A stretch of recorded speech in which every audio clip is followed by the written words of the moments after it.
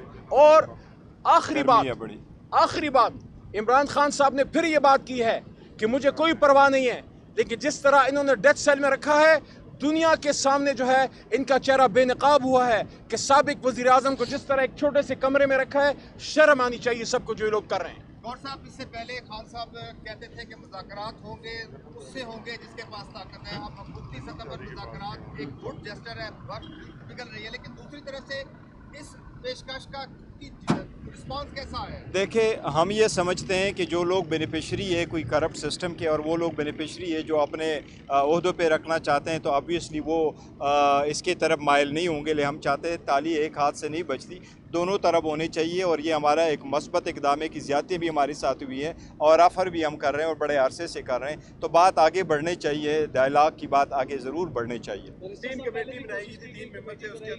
کہ وہ ڈائلاگ کرے گی، لیکن کوئی ڈائلاگ نہیں ہو رہا. پھر آپ کہتے ہیں کہ عمران خان نے ڈیل نہیں کرنی. نہیں، جہاں تک دیکھیں آفر شفر نہیں ہے، ڈیل کی کوئی آفر نہیں ہے، نہ ہی ہم ڈیل کر رہے ہیں، نہ این آر او کی طرف جا رہے ہیں. دیکھو، ڈائلاگ ایک الگ بات ہے اور ڈائلاگ کی بات وہ ہونے چاہیے. اور اگر کسی اور طرف سے پازیٹیو رسپانس نہیں بھی آتا تو اس کا مطلب یہ نہیں ہے کہ ہم گیو اپ کر لیں. جو پاور بروکرز ہیں وہ بھی بڑے سنجیدہ ہونے چاہیے اور جو دوسری قوتیں ہیں وہ بھی ہونے چاہیے. ہونا یہ چاہیے کہ آگے بڑھے گی تو بات بنے گی اور آگے بڑھنے چاہیے. دیکھیں، اس کی ریزن یہی ہے کہ اگر ہم بارہا یہ کہہ رہے ہیں کہ ہم ایک 70% پاپولیرٹی رکھنے والی جماعت ہے، تو ہماری سب سے زیادہ ایک نیچرل لائن سے ان لوگوں کے پاس جو پاور بروکر ہوا کرتے ہیں، اور ہم ہی پورے ملک کو ریپرزینٹ کرتے ہیں. اور ہم کسی صورت نہیں چاہتے کہ ملک ایسی صورتحال سے دوچار ہو جس میں سے پالیٹکس جو ہے اگلی ٹرن لے لے. ہم کسی صورت یہ نہیں چاہتے. اس لیے ہم بارہا یہ کہتے چلے آ رہے ہیں اور ابھی بھی کہہ رہے ہیں اور رینیو کر کے کہہ رہے ہیں کہ ڈائلاگ آگے بڑھنے چاہیے اور میننگ فل ہونے چاہیے اور سب اس میں انوالو ہو تاکہ ہم آگے کوئی راستہ نکالیں قوم کے. تھینک یو جی، thank you so very much.